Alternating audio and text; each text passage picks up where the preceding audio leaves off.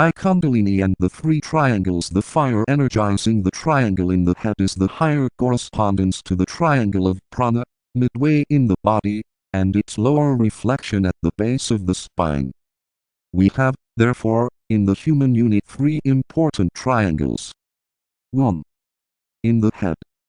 The triangle of the three major centers, A. The pineal gland, B. The pituitary body, C. The outer major center.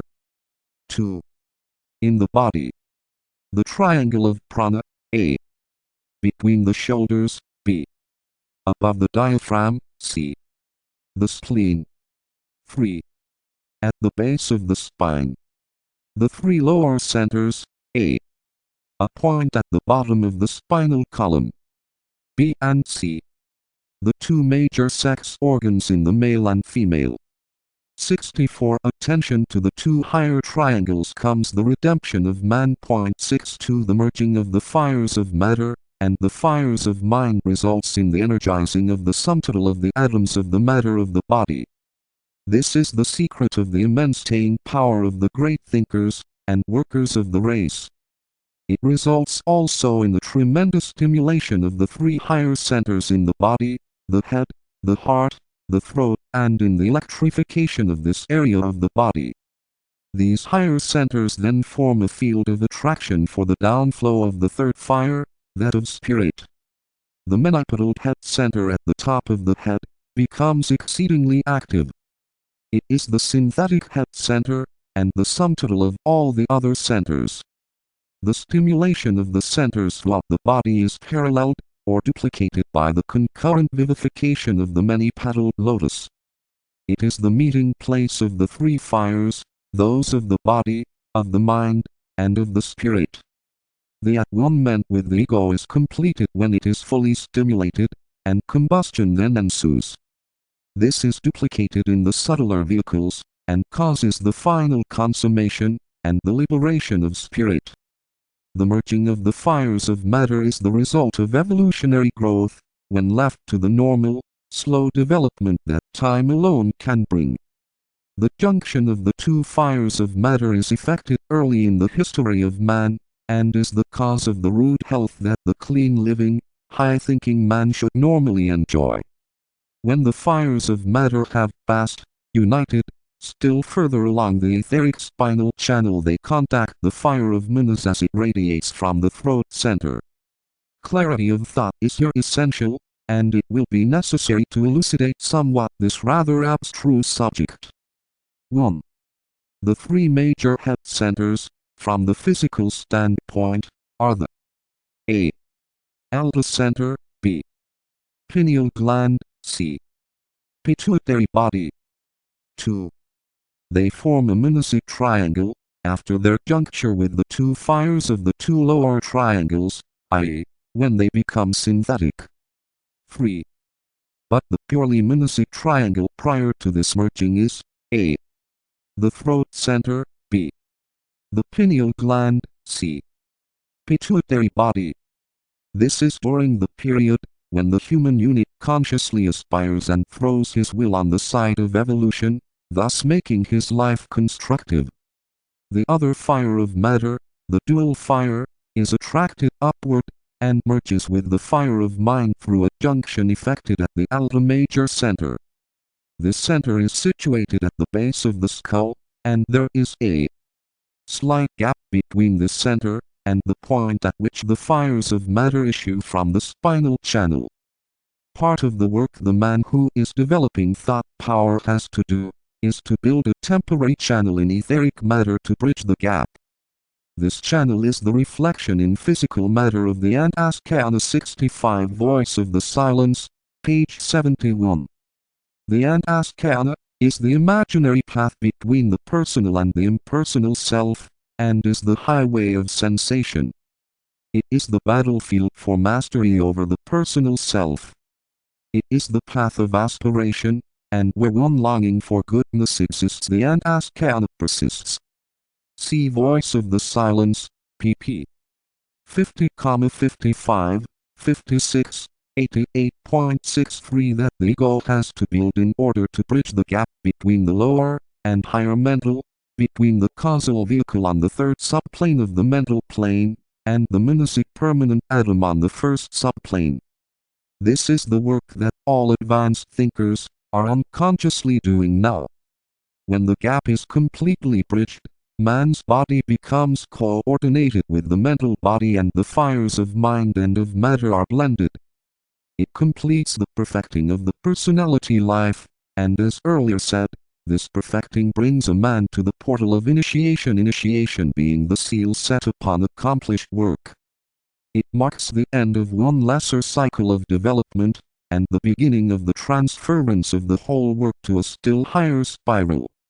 We must always bear in mind that the fires from the base of the spine and the splenic triangle are fires of matter.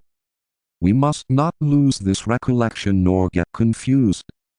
They have no spiritual effect, and concern themselves solely with the matter in which the centers of force are located. These centers of force are always directed by manas or mind, or by the conscious effort of the indwelling entity. But that entity is held back in the effects he seeks to achieve, until the vehicles through which he is seeking expression, and their directing, energizing centers, make adequate response. Hence it is only in due course of evolution, and when the matter of these vehicles is energized sufficiently by its own latent fires that he can accomplish his long-held purpose. Hence again the need of the ascension of the fire of matter to its own place, and its resurrection from its long burial, and seeming prostitution before it can be united with its Father in heaven, the third Logos, who is the intelligence of matter itself. The correspondence, again, holds good. Even the atom of the physical plane has its goal, its initiations and its ultimate triumph. Other angles of this subject, such as the centers and their relationship to manas, the fire of spirit, and manas, and the eventual blending of the three fires, will be dealt with in our next two main divisions. In this division we are confining ourselves to the study of matter and fire, and must not digress, or confusion will ensue.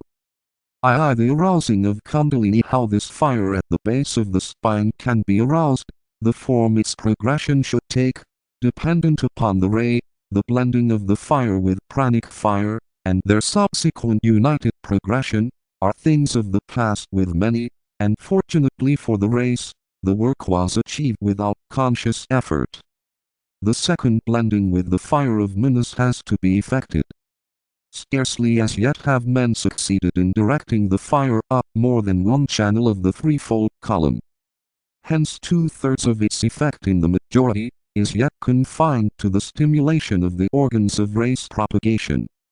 Only when the fire has circled unimpeded up another channel is the complete merging with the fire of manas effected, and only when it progresses geometrically up all the three with simultaneous action, and at uniform vibration is the true Kundalini fire fully aroused, and therefore able to perform its work of cleansing through the burning of the confining web, and of the separating particles. When this is accomplished, the threefold channel becomes one channel. Hence the danger. No more can be imparted concerning this subject. He who directs his efforts to the control of the fires of matter, is, with the dangerous certainty, playing with the fire that may literally destroy him. He should not cast his eyes backwards, but should lift them to the plane where dwells his immortal spirit, and then by self-discipline, mind control and a definite refining of his material bodies, whether subtle or physical, fit himself to be a vehicle for the divine birth, and participate in the first initiation. When the Christ child, as the Christian so beautifully expresses it, has been born in the cave of the heart, then that divine guest can consciously control the lower material bodies by means of consecrated mind. Only when Buddhi has assumed an ever-increasing control of the personality, via the mental plane, hence the need of building the antaskana, will the personality respond to that which is above, and the lower fires mount and blend with the two higher. Only when spirit, by the power of thought, controls the material vehicles, does the subjective life assume its rightful place, does the God within shine, and blaze forth till the form is lost from sight, and the path of the just shine ever more and more until the day be with us. Division E. Motion on the physical and astral planes. I. Preliminary remarks. 1. The threefold goal. 2. The threefold function. 3. The threefold mode of activity. I. The effects of rotary motion. 1. Separation. 2. Momentum. 3. Friction. 4. Absorption. I. The qualities of rotary motion. 1. Inertia. 2. Mobility. 3. Rhythm. The rotary motion and symbolism. V. Motion and the centers. 1. The nature of the centers. 2. The centers and the rays. 3. The centers and Kundalini. 4. The centers and the senses. 5. The centers and initiation. Preliminary remarks. I would point out primarily and emphasize the fact that the motion we are considering is that due to the fire latent in matter itself, a motion that is the prime characteristic and basic quality of the primordial ray of active intelligence. To express it otherwise, it is the outstanding faculty of the third logos, of Brahma viewed as the creator, and this faculty is the product or result of an earlier manifestation. Each of the three logoi, when in manifestation and thus personified, is exemplifying some one quality which predominates over the others. Each, more or less, exemplifies all, but each demonstrates one of the three aspects so profoundly as to be recognized as that aspect itself. In much the same way, for instance, the different incarnating jivas carry a vibration which is their main measure, though they may also have lesser vibrations that are subsidiary to them. Let us get this clear, for the truth embodied is fundamental. 1. The threefold goal. 2. The threefold function. 3. The threefold mode of activity. The third logos. The third logos, or Brahma, is characterized by active intelligence. His mode of action is that which we call rotary, or that measured revolution of the matter of the system, first as a grand totality, setting in movement the material circumscribed by the entire ring pass knot, and secondly differentiating it, according to 7 vibratory rates or measures into the 7 planes. On each of these planes the process is pursued, and the matter of any plane within the plane ring pass knot shows first as a totality and then as a 7-fold differentiation. This differentiation of matter is brought about by rotary motion, and is controlled by the law of economy, one of the cosmic laws, with which we will deal later, only pausing here to say that this law of economy might be considered as the controlling factor in the life of the third logos. Therefore, A. His goal is the perfect blending of spirit and matter.